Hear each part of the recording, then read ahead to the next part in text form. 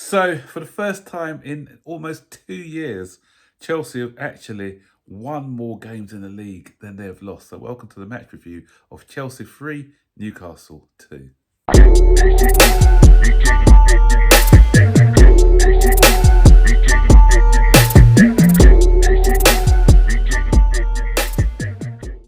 So, good game for the neutrals, 5 goal thriller, and all 5 goals were really well taken goals, to be honest. And so, one thing is for certain: no matter how poor Chelsea are, they don't lose to Newcastle. The last time Newcastle actually won against Chelsea was 2012, I believe it was. 2 fantastic goals by who was that guy? I can remember the goals. I can't remember the guy's name though. It'll come back to me at the end of the video, I'm sure. That screamer he scored with the outside of the foot, you know who I'm talking about. It's gonna bug me now. But anyway, that's the last time they actually won a game of football against Chelsea. And even last season, when they were growing great guns and we weren't great, we still managed to get a point against them. So today, two teams, it was evened out because they've got their injuries, missing their captain Trippier today, and as well as some other players, and it showed both teams low in confidence. Chelsea started brightly, and we scored a goal. Decent, very good goal. First of all, I thought it was Cole Palmer, who again was outstanding in the middle of the park. He had a shot, and we thought it was a bit innocuous, and the goalkeeper should do better. But when they showed it again, Jackson just got a little flick to it, which was enough to divert it away from the goalkeeper into the back of the net. So great bit of play by Jackson. And Jackson has now scored more goals in his debut season than Kai Havertz did, than Timo Werner did. But yeah, he still gets a lot of stick from our Chelsea fans. Okay, he could do better in some incidences, but for a first season in the Premier League, for a guy who's 22 years old, I think there's a lot more to come from him. I still have him as a second striker, but he's somebody I think we need to persevere with.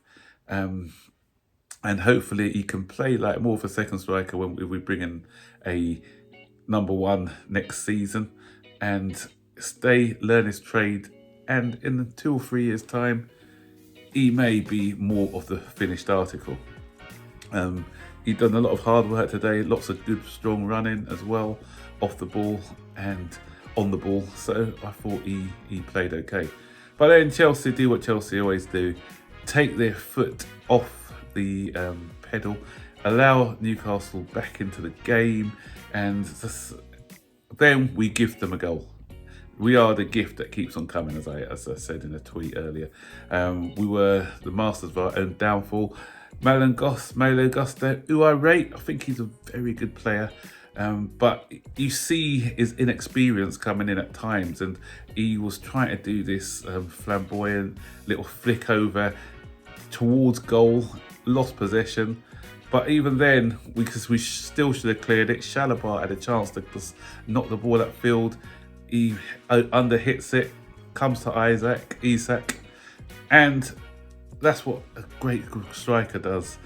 Finish was fantastic, no back lift. The guys curled the ball into the far corner, and they've gone in on 42nd minute, I think it was, and they've gone in at 1-1. So this was a test of Chelsea. It was resolved. See how we come back in the second half. Second half, I thought we started off sluggishly like we always do, but Newcastle weren't really creating anything. They were, as I said before, low in confidence, just like us, and they weren't really doing something. Ramirez was having an average game, to be honest. That's the worst I've seen him for a while, and Gordon went off in the first half with an injury. So more injury problems for them, and then we managed to score a second, and that's when we were piling under pressure. We kind of, in round about 58th, 60th minute mark, we started to create a lot of chances, and that hard work paid off with Cole Palmer, another good finish, out of nothing. Again, not a lot of back lift, lots of power into the corner of the goal. 2-1 Chelsea. And Newcastle really didn't look like coming back into the game. Sterling should have made it 3. Another good play by Jackson. Good head on to Sterling. He had an opportunity. He could have squared it to Jackson, who was waiting. He showed a lot of composure, really, in rounding the goalkeeper. But then his finish went straight to Dan Burn, who cleared it off the line. And I was thinking, at that point, is it going to be another like wall situation where he's going to cost us because of failing to put away the chance to kill off the game? And it nearly happened with Dan Burn came with a header which got him injured, so he went off as well. But he was having a torrid time down that left-hand side where he wasn't really getting enough support from his winger, and so Gusto and Palmer had lots of joy down our right, their left. And then we made a substitution. Sterling came off. They put in Mudryk, who at number 10, I think that role suits him.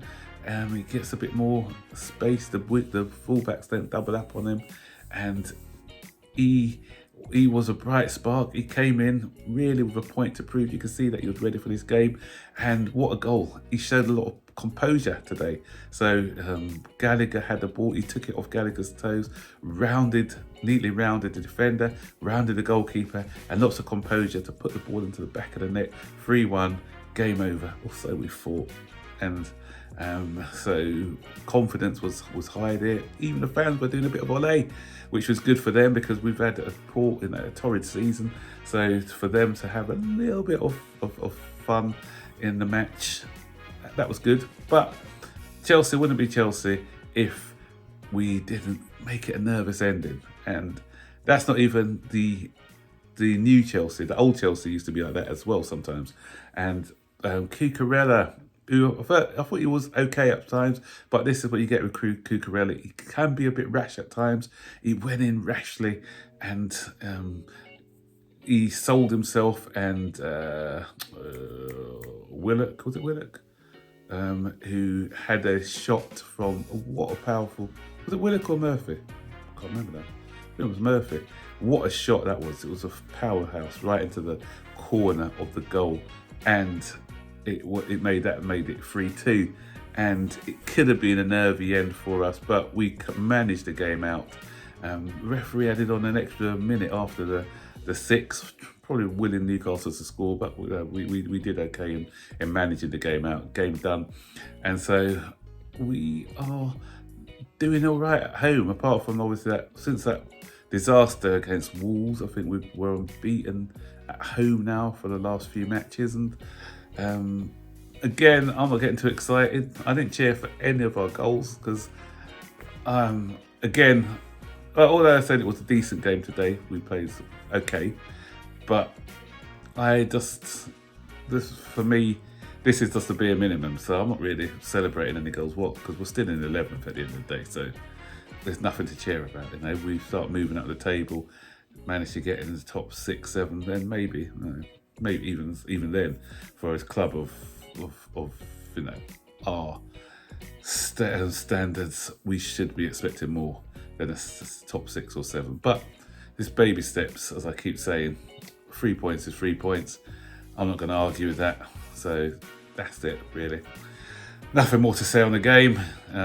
So what do you guys think? Stick your comments in the section below, and I'll see you on the next one. So take care, bye-bye. I was just about to edit the video and I remember the guy's name. Papa Cisse, that's the guy who scored those 2 goals the last time Newcastle beat us. So, bye-bye.